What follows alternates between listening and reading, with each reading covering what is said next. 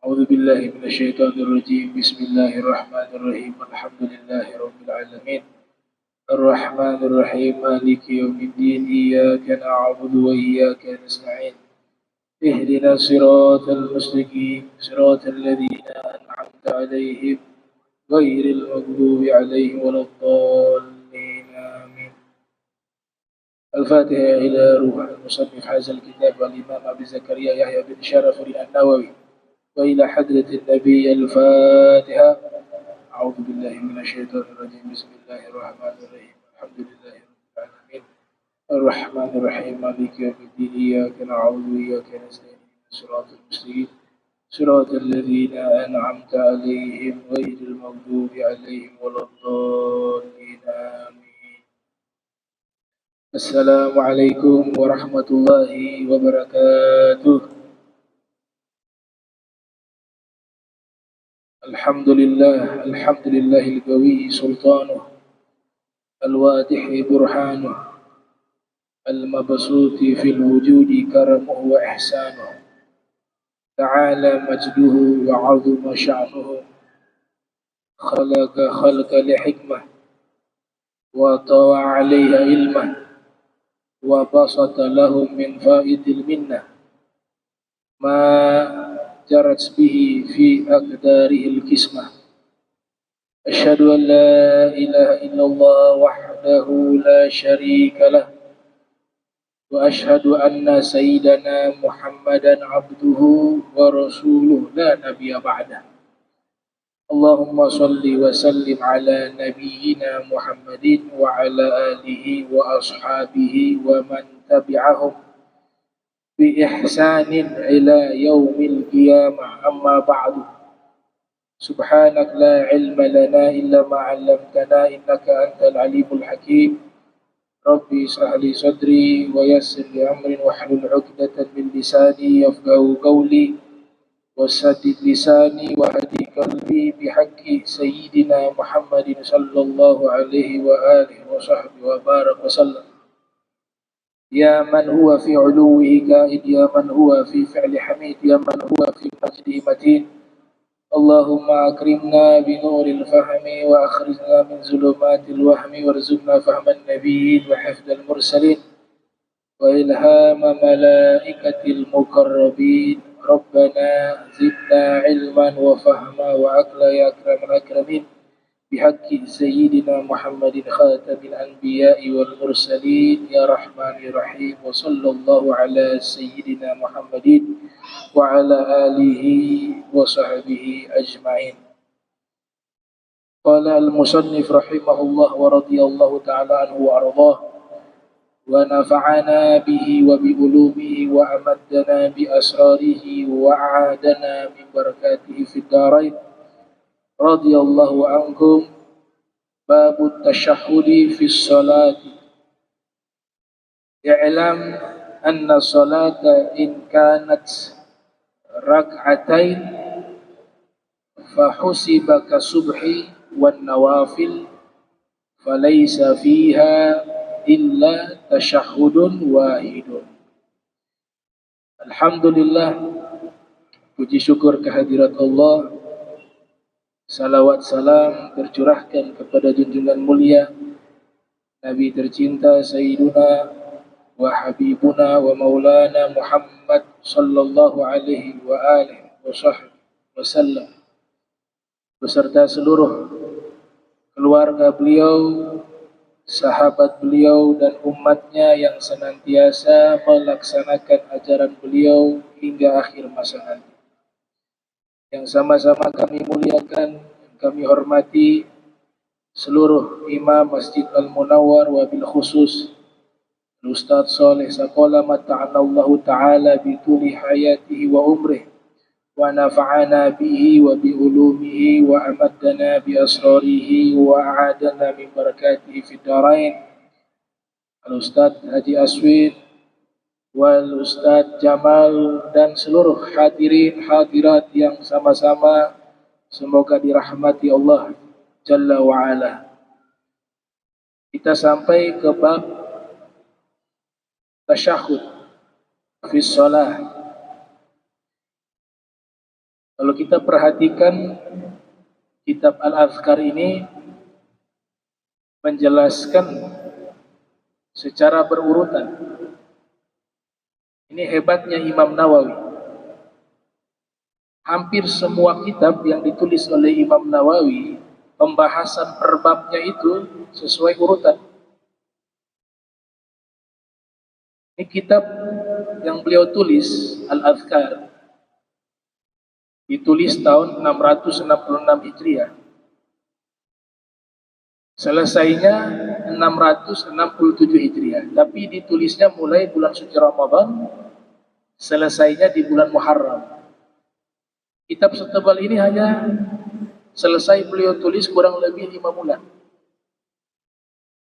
Dari bulan suci Ramadan sampai Muharram. Tahun 666 Hijriah, selesainya 667 Hijriah. Beliau kelahiran 631 Hijriah, wafat 676 Hijriah. Nah, Imam Nawawi tidak meletakkan satu bab, melainkan beliau istikharah dulu kepada Allah Ta'ala lewat sholat 2 rakaat. Beliau sholat minta petunjuk, sudah diberikan petunjuk oleh Allah lewat sholat istikharahnya, kemudian beliau mulai menyusun kitabnya. Dan dilakukan sholat 2 rakaat.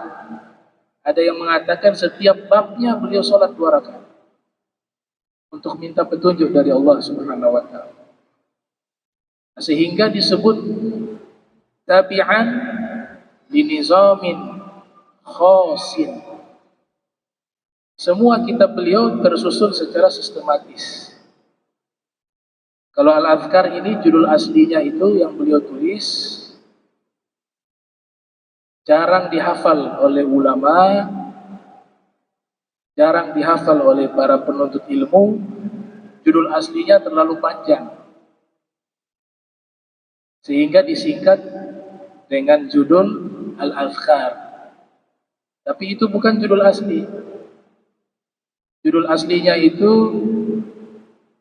Hilyatul Abrar wa Syiarul Akhyar fi talkhisi ad-da'awati wal adhkar al-mustahabbati fil laili wan nahar. Itu judul kitabnya tuh. Sudah satu riwayat hadis kalau dihitung. Karena terlalu panjang dipersingkat Al-Adhkar An-Nawawiyah. Jadi judul aslinya Hilyatul Abrar wa Syiarul Akhyar fi talkhisi ad-da'awati wal adhkar al-mustahabbati fil laili wan nahar. Kalau diterjemahkan artinya perhiasan orang-orang baik dan syiarnya orang-orang baik di dalam ringkasan doa-doa dan zikir-zikir yang disunahkan, yang diamalkan di waktu malam dan di waktu siang. Jadi judul kitabnya saja kalau dijelaskan bisa jadi satu kitab dari judul kitab. Nah, kalau kita perhatikan yang ikut pengajian rutin di Al-Munawwar, pembahasan awal yang kita bahas paling awal itu bab apa? Bangun tidur. Beliau ajarkan bagaimana adab-adab ketika bangun tidur. Kemudian bagaimana zikir-zikir yang Nabi bacakan ketika bangun dari tidurnya. Sampai akhirnya dari penghujung kitab ke bab tidur di malam hari. Jadi aktivitas sehari semalam itu dijelaskan oleh Imam Nawawi yang luar biasa, tersusun secara rapi, tersusun secara sistematis. Dan sehari semalam itu dijelaskan dalam rangkaian ibadah. Semuanya yang dijelaskan perkara-perkara ibadah. Sebagaimana yang kita bahas sampai bab tasyahud. Beliau bahas bab solat mulai dari takbiratul ihram. Bahkan dari niat. Takbiratul ihram, niat, kemudian baca suratul Fatihah, kemudian membaca surat-surat yang disunahkan, kemudian membahas ruku, setelah ruku membahas al-i'tidal, setelah i'tidal membahas sujud, setelah sujud membahas duduk di antara 2 sujud. sampai kita ke bab tasyahud, dan itu dijelaskan secara sistematis. Ini hebatnya Imam Nawawi. Di sini beliau katakan, "I'lam anna salata in kanat rak'atain fahusib kasubhi wan nawafil falaysa fiha illa tasyahhudun wahidun." Ketahuilah bahwa solat yang dikerjakan 2 rakaat, jadi ada solat jenis apapun solatnya, kalau kita lakukan 2 rakaat, maka caranya itu ngikut seperti solat subuh. Apa maksudnya? Yaitu solat subuh hanya sekali tasyahud. Maka kalau ada solat sunnah yang 2 rakaat yang dikerjakan, maka tasyahudnya juga hanya sekali, tasyahud akhir. Itu kata beliau. Wa in kanat 3 raka'atin aw 4 fa fiha tasyahhudani. Kalau ada jenis solat yang dikerjakan itu 3 rakaat atau yang 4 rakaat, maka tasyahudnya 2 kali. Tasyahud awal, tasyahud akhir. Dan ini bisa tergambar juga. Ada orang yang sholat tasyahudnya disebut di sini 3 kali tasyahud. Ada juga yang sholatnya, orang ini sholat tasyahudnya 4 kali. Sholat apa itu yang tasyahudnya 4 kali?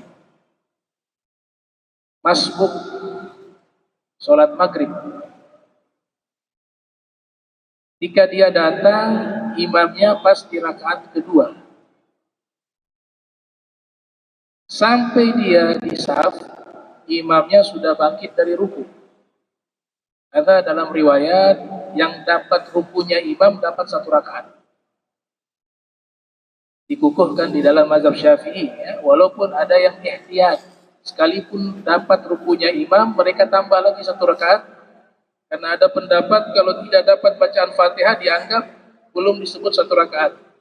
Tapi ulama lain mengatakan yang penting sudah dapat rukunya imam, maka dia sudah dapat 1 rakaat. Man adraka ruku al-imami faqad adraka raka'atan. Siapa yang mendapati rukunya imam, dia mendapatkan 1 rakaat dari sholat tersebut. Nah, ini yang tasyahud 4 kali hanya 1 sholat. Sholat orang masbuk di sholat maghrib. Datang rakaat kedua, imamnya sudah bangkit dari ruku. Berarti dia tidak dapat rakaat itu, tapi dia ikut sholat. Paham? Berarti ketika dia ikut sholat, di rakaat kedua, imam tasyahud awal, sholat maghrib, maka dia juga ikut. Dia dapat 1 tasyahud. Setelah itu bangkit imam, dia ikut lagi, dia dapat 1 rakaat, karena ikut rakaat ketiga bersama imam. Rakaat terakhir, tasyahud akhir, dia juga ikut. Berarti sudah berapa tasyahud? 2. Sholat yang wajib dia lanjutkan berapa? 2 rakaat. Maka ketika imam salam, dia lanjutkan lagi 2 rakaat. Rakaat pertama tasyahud lagi, sudah 3 kali tasyahud. Di rakaat kedua tasyahud yang akhir juga sudah 4 kali tasyahud. Jadi satu-satunya sholat tasyahudnya 4 kali, sholatnya masbuk maghrib di rakaat kedua. Dia tidak dapat rakaat kedua, ya, dia dapat 1 rakaat. Dia berapa kali? 4 kali tasyahud. Nah, ini yang dijelaskan oleh Imam Nawawi. Ada sholat yang tasyahudnya 4 kali. Ilustrasinya adalah sholat yang tadi masbuk maghrib yang hanya dapat 1 rakaat, tapi di posisi mengikuti imam di saat rakaat kedua, saat imam bangkit dari ruku.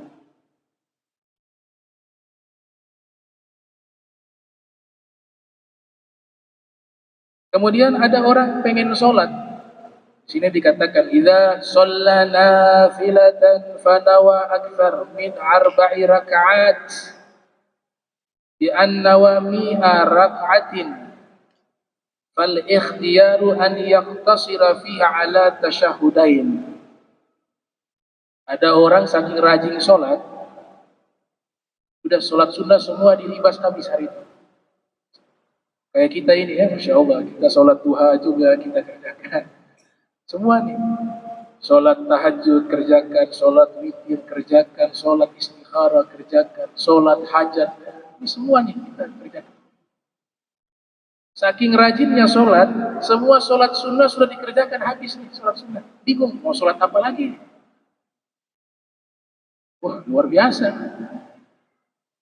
Itulah yang ulama-ulama riwayatkan di dalam kitab-kitab manaqib, kitab-kitab biografi para ulama terdahulu. Ada yang biasanya satu hari sholatnya jumlah seluruhnya 1000 rakaat. Seperti siapa? Al-Imam Ali Zainal Abidin bin Husain, Sayyidina Faqih Al-Muqaddam Muhammad bin Ali Ba'alwi, Sayyidi Syekh Abdul Qadir Al-Jilani. Itu rata-rata mereka sholatnya seluruh satu hari semalam itu 1000 rakaat. Tidak tipis dengan kita ya. Karena semua sholat sunnah sudah dikerjakan, pengen sholat lagi, namanya sholat sunnah mutlak.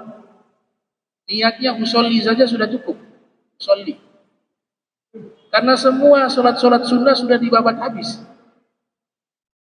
Dia ingin tambah sholat lagi, maka namanya sholat sunnah dia inginnya 100 rakaat deh.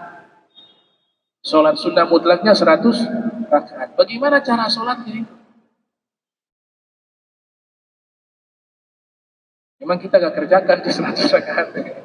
Tapi dijelaskan di sini caranya, yaitu kita sholat 100 rakaat dengan cara yang terbaik adalah setiap 2 rakaat 1 kali tasyahud salam tambah lagi 2 rakaat, begitu terus sampai 100. Kalau ada yang kurang artinya apa? Mau ke segenap jumlahnya tidak cukup 2 rakaat, bisa ditutup dengan 1 rakaat. Akhallu shalah rak'atan. Ada ulama mengatakan rakaat yang paling sedikit dalam sholat 1 rakaat, tapi khusus sholat apa? Sholat witir. Nah, jadi cara terbaik sholat 100 rakaat, setiap 2 rakaat sekali tasyahud. Tsumma ya'ti bi rak'atain wa yatashahhadu tasyahhud ats-tsani wa yusallim. Qala jama'atun min ashabina la yajuz an yazid 'ala tasyahhudain. Ada ulama mengatakan kalau sholat normal gak boleh tasyahudnya lebih dari 2 kali. Bukan masbuk ya. Sholat yang normal, gak ada sholat yang normal tasyahudnya lebih dari 2 kali. Ditambah maka batal. Misalnya ada yang lupa tasyahud, sholat zuhur sampai 3 kali tasyahud, sholat normal. Qala ulama batalat sholatuhu, sholatnya batal. Jadi tasyahud paling banyak itu 2 kali di saat sholat normal. Kalau masbuk tadi yang maghrib paling banyaknya tasyahud 4 kali bagi yang luar biasa. Imam Nawawi bahas tasyahud sistematis sehingga kita paham tuh tasyahud. Mazhab Syafi'i tasyahud yang wajib yang mana? Tasyahud akhir. Tasyahud awal sunnah. Siapa yang lupa tasyahud awal ditutup dengan sujud sahwi. Sujud sahwi pun lupa, sah tetap sholat, tidak ada masalah. Karena hukumnya sunnah. Nah, ulama mengatakan, maka kalau tasyahud awal lupa, ketika dia bangun, tasyahud awal, dia lupa. Imamnya bangun, posisinya masih belum posisi ruku. Dia bangkit tapi posisinya belum posisi ruku. Diingatkan oleh makmum, subhanallah, kembali duduk dia, masih sah sholatnya, dilanjutkan. Tapi kalau imamnya sudah berdiri melewati ukuran ruku, kemudian makmum mengingatkan subhanallah, sang imam turun lagi duduk, batal salat. Kalau sudah lewat posisi standarnya di ruku. Bangkitnya belum posisi ruku, masih bisa duduk lagi, tasyahud lagi. Tapi kalau sudah berdiri, kemudian duduk lagi untuk tasyahud, qala al-fuqaha fi hadzal madhhab batalat sholatuhu, salatnya batal. Maka bagaimana menyikapinya? Ketika imam sudah berdiri dan lupa tasyahud awal, diingatkan oleh makmum. Sebenarnya makmum kalau tahu fikih tidak perlu ingatkan, karena makmum tahu kalau saya ingatkan duduk batal. Biarkan saja. Boleh mengingatkan dengan maksud memberikan apa? Satu peringatan agar dia tahu tadi tasyahud lupa, sehingga nanti dia tutup sujud sahwi. Boleh. Makanya harus memahami kondisi ini. Dia lupa tasyahud awal, sudah berdiri, lanjutkan saja. Nanti di akhir tutupnya sujud sahwi.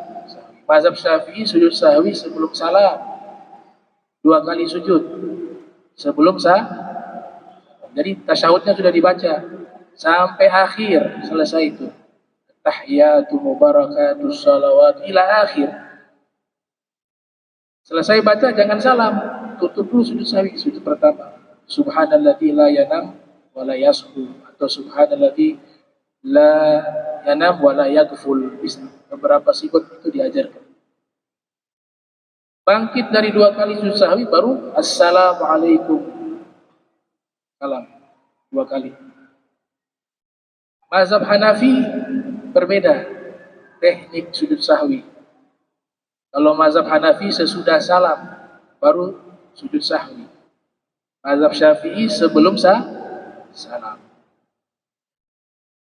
Sujud sahwinya lupa juga sujud sahwi, maka dianggap sah sholatnya, karena yang dia lupakan tasyahud awal yang status hukumnya sunnah. Nah sekarang bagaimana kiranya kalau imamnya duduk di tasyahud awal, sudah lupa kemudian duduk, batal sang imam. Apakah makmum batal? Tergantung.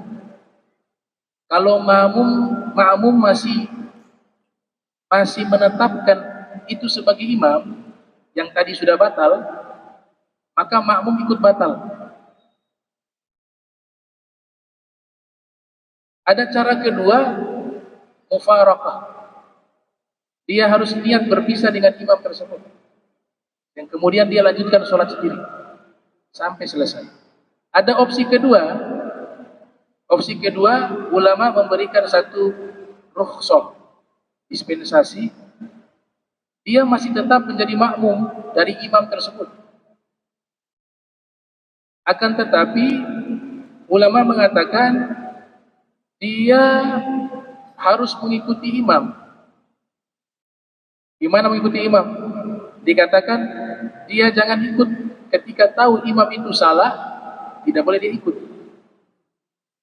Dia duduk tetap di situ, imam ini sudah batal,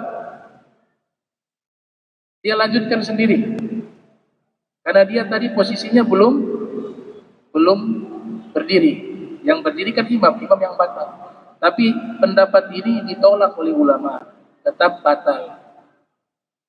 Karena sholatnya jadi terkatung-katung, masih ada ikatan dengan imam. Berarti salah satu cara adalah apa? Mufaraqah, niat pisah. Itu masalah tasyahud. Maka di sini dikatakan bahwa yang wajib tasyahud awal itu tidak wajib, sunnah, tapi tasyahud akhir itulah yang wajib. Mazhab Syafi'i, ya. Mazhab Syafi'i, mazhabnya kita yang kita anut, mengatakan demikian. Yajuz an yatashahhad fi kulli rak'atin wal ashah jawazu fi kulli rak'atin la fi kulli rak'atin wa'lam anna at-tashahhud al-akhir wajib inda Syafi'i. Ketahuilah bahwa tasyahud akhir hukumnya wajib menurut pendapat Imam Syafi'i. Wajib. Wa Ahmad, pendapat yang sama, pendapat Imam Ahmad bin Hanbal. Imam Ahmad juga mengatakan tasyahud akhir hukumnya wajib. Wa aktsar ulama, dan mayoritas para ulama berpendapat demikian. Wa sunnah inda Abi Hanifah wa Malik. Nah, ternyata di mazhab yang lain tasyahud akhir itu sunnah, tidak wajib. Pendapat siapa? Abi Hanifah, mazhab Hanafi. Imamnya Al-Imamul A'zam Abu Hanifah mengatakan tasyahud akhir tidak wajib. Tasyahud awal juga tidak wajib. Imam Malik juga mengatakan demikian. Nah, akan tetapi yang wajib bagi mereka duduknya. Duduk di rakaat akhir itu, duduknya itu wajib. Tapi tasyahudnya tidak wajib.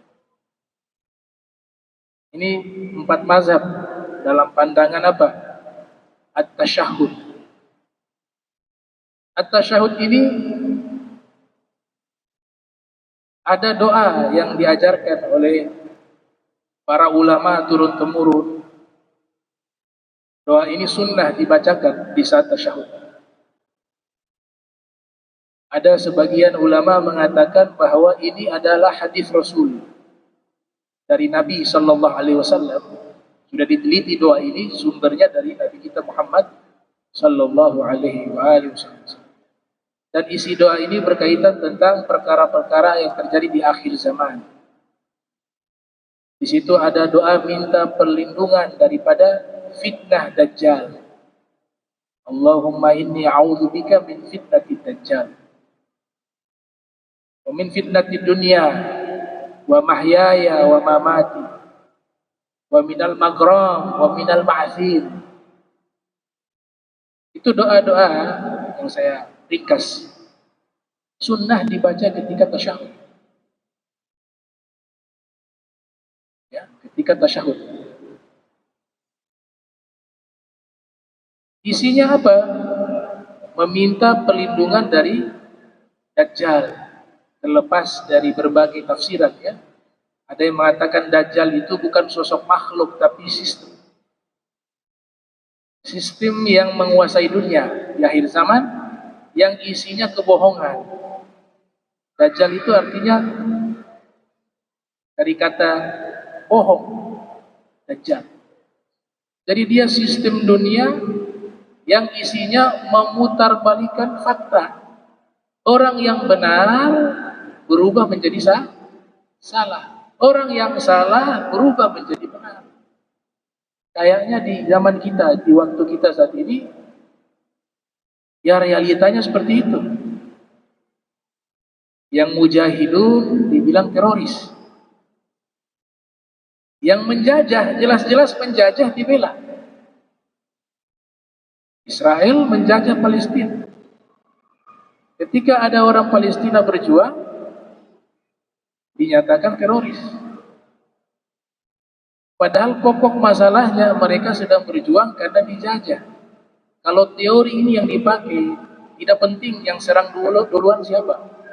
Mau Hamas serang duluan atau tidak serang duluan, pokok masalahnya mereka dijajah. Yang mereka serang itu pasti benar, karena mereka sedang dijajah. Itu terjadi di negara kita.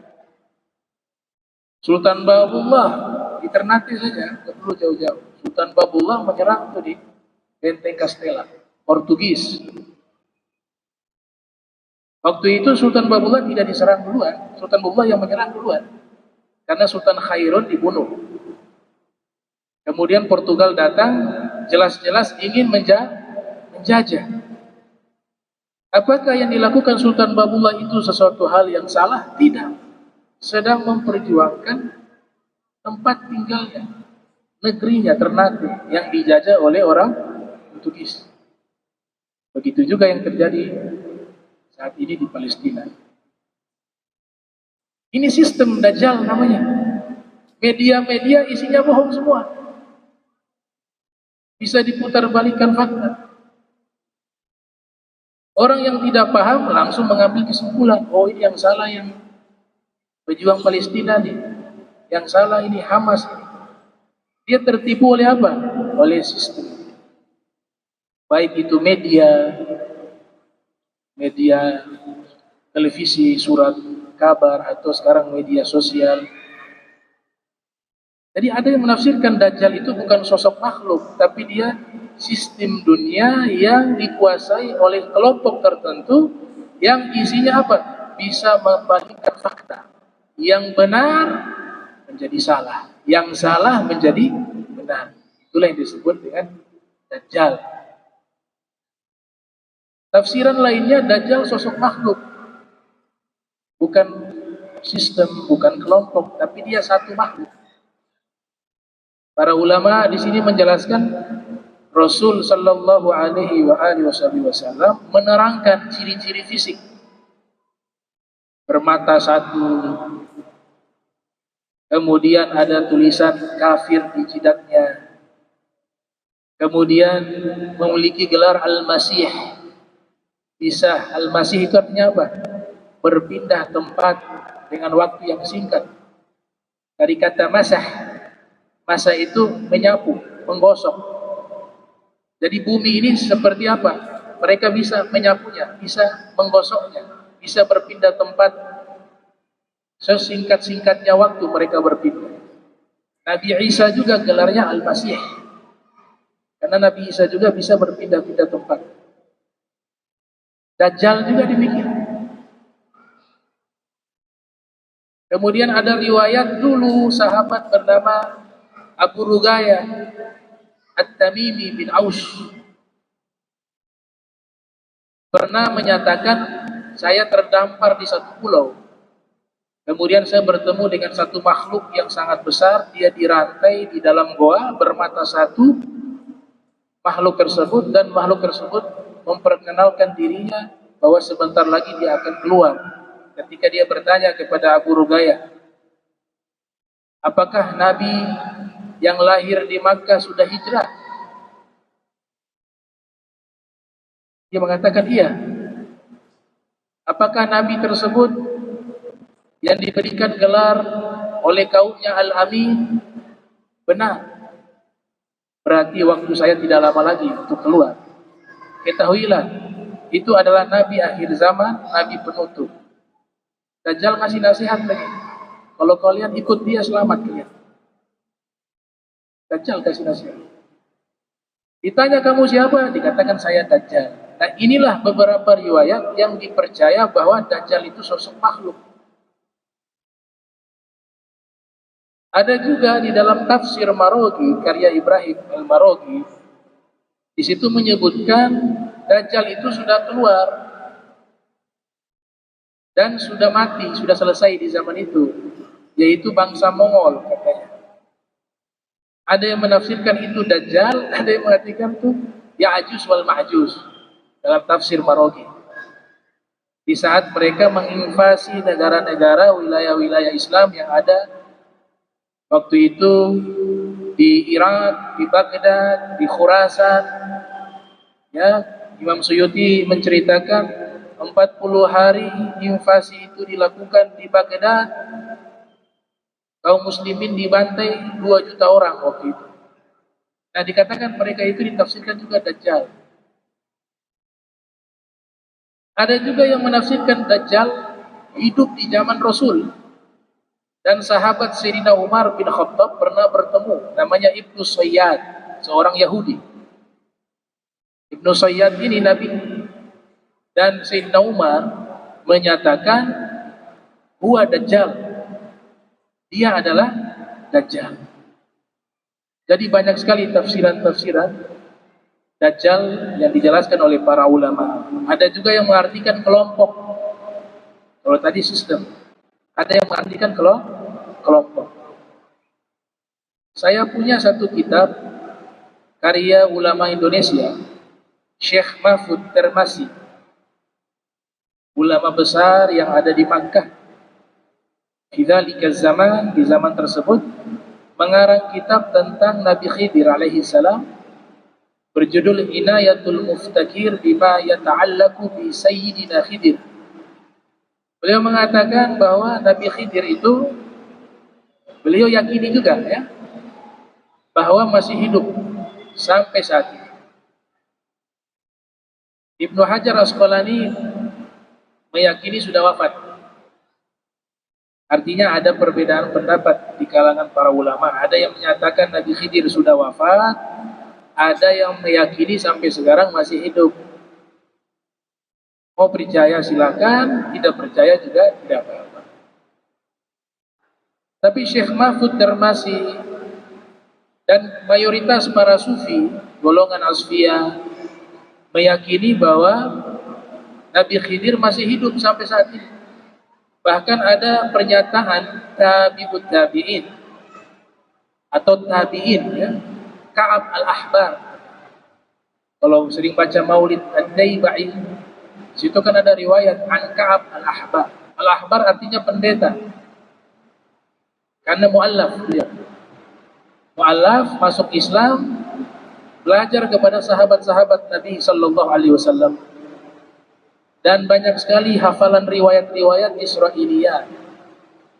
Dan paham kitab-kitab terdahulu, kitab Taurat, kitab Injil, paham. Karena memang profesinya sebagai pendeta sebelum masuk Islam.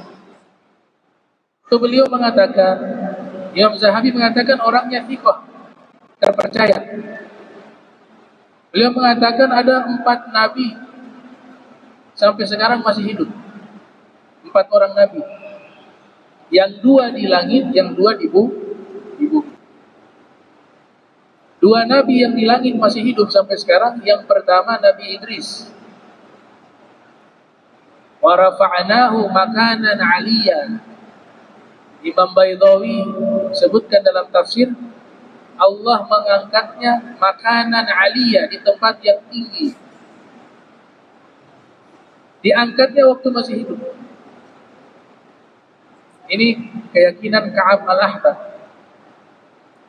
Yang kedua, Nabi yang masih hidup, yang ada di langit sampai saat ini, Nabi Isa. Rufi'a ilaih. Diangkat dia di sisi kami. Di sisinya Allah subhanahu wa ta'ala. Rufi'a ilaih. Sebenarnya orang Nasrani itu sebenarnya mereka tidak sadar bahwa mereka punya lafaz mengakui Nabi Isa itu sebagai Nabi, bukan sebagai anak Tuhan. Sebenarnya, mungkin mereka juga tidak tahu artinya. Yesus Kristus. Kristus itu artinya apa? Minyak yang disiram di atas kepala. Tradisi yang ada, mukimnya kan di Yerusalem, di Palestina. Setiap ada sosok manusia yang ditokohkan oleh mereka, baik itu menjadi imam, atau menjadi ulama mereka, atau menjadi nabi mereka, itu ada satu ritual menyiram minyak di atas kepala orang tersebut. Itu yang disebut Kristus. Nabi Isa disiram minyak di atas kepalanya karena penduduk yang ada di Yerusalem waktu itu meyakini Nabi Isa sebagai nabi. Makanya disiram minyak dia. Itulah yang disebut Kristus dalam bahasa Yunani juga Ibrani. Ada 2 riwayat. Jadi ketika mengatakan Yesus Kristus, artinya Yesus Nabi. Walaupun yang disalib itu keyakinan kita bukan Nabi Isa. Judas, pengkhianat, dirubah wajahnya mirip Nabi Isa. Nabi Isa dijaga oleh Allah subhanahu wa ta'ala dan kelak akan turun ke bumi. Jadi kalau Kristus itu artinya Nabi. Kristus. Nabi atau imam atau ulama.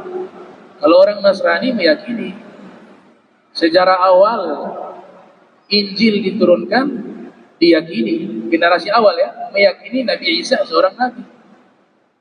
Istilah anak Allah, ibnullah, itu istilah yang sama di Islam, Abdullah, hamba Allah.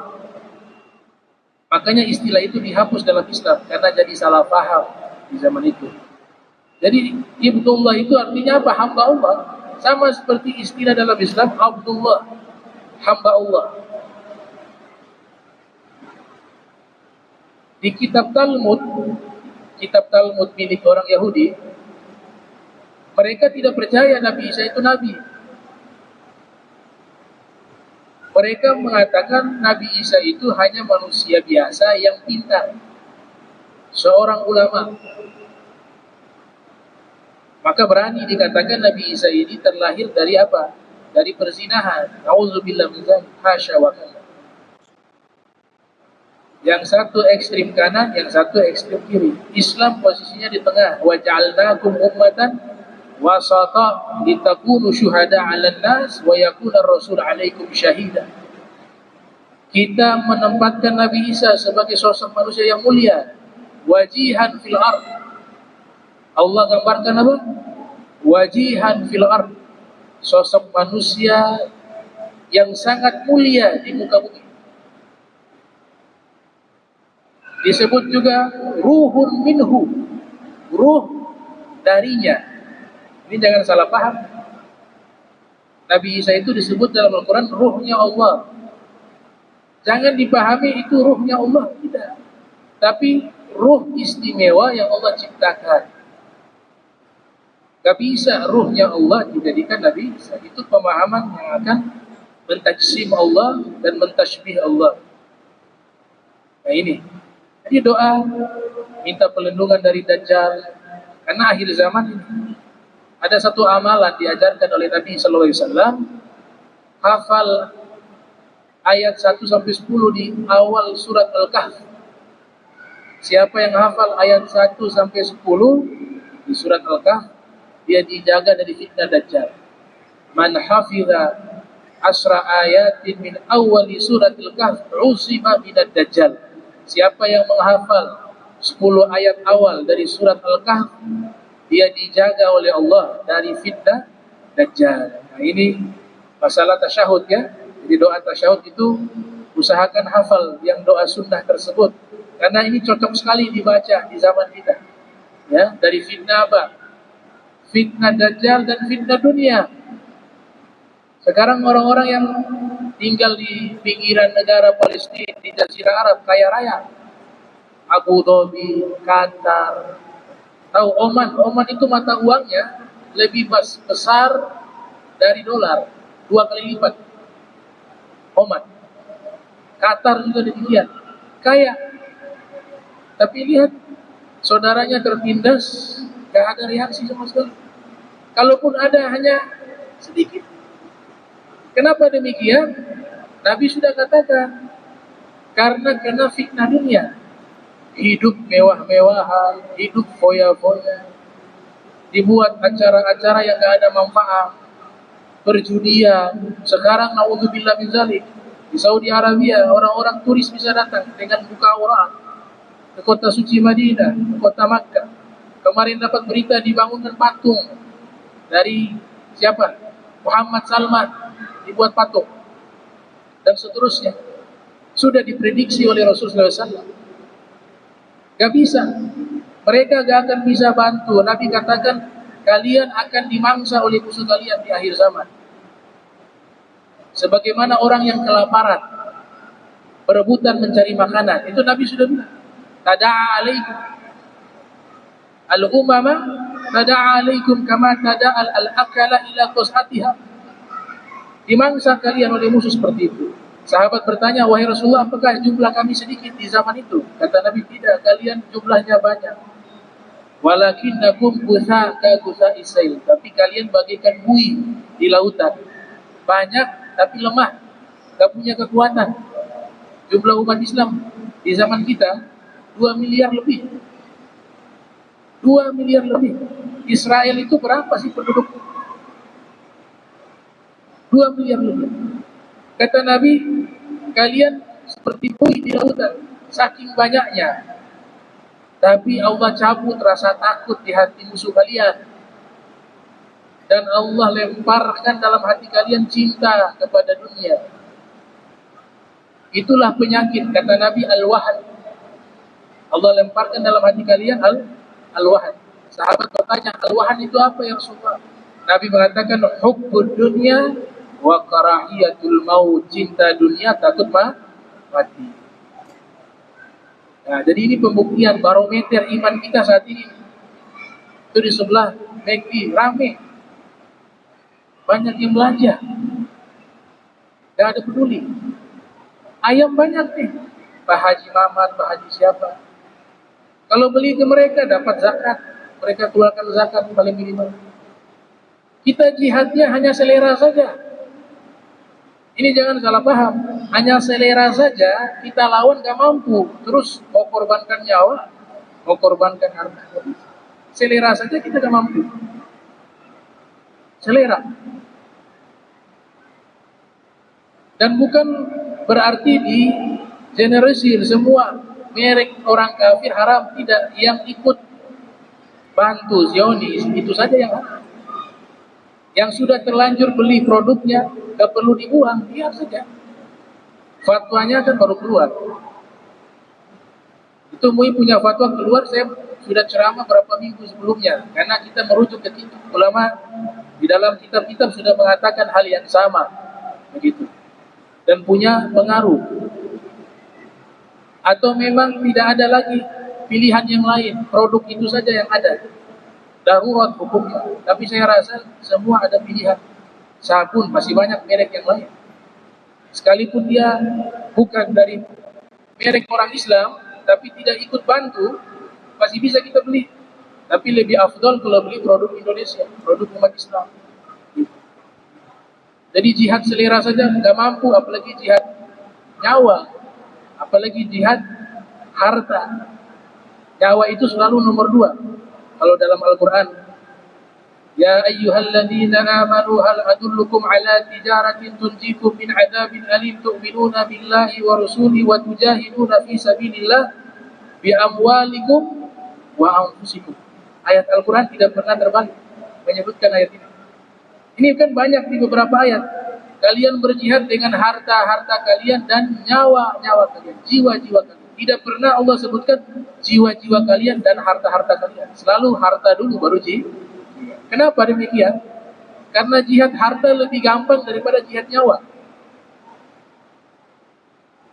Jadi analoginya, kalau harta saja dia tidak mampu berjihad dengan harta, maka tidak mungkin dia berjihad dengan nyawa. Karena harta sangat mudah dibanding nyawa. Tapi kalau orang sudah mampu jihad dengan nyawanya, maka hartanya juga itu dia akan mampu. Maka biasanya dikatakan orang yang berani itu orang yang dermawan. Orang yang penakut, orang yang kikir. Kenapa? Karena orang yang kikir, uang saja gak berani, takut dia keluarkan, apalagi nyawa. Tapi kalau orang dermawan, wah, uang dikeluarkan, dia gak takut. Maka nyawa pun dia akan berani korbankan untuk Allah dan Rasulnya.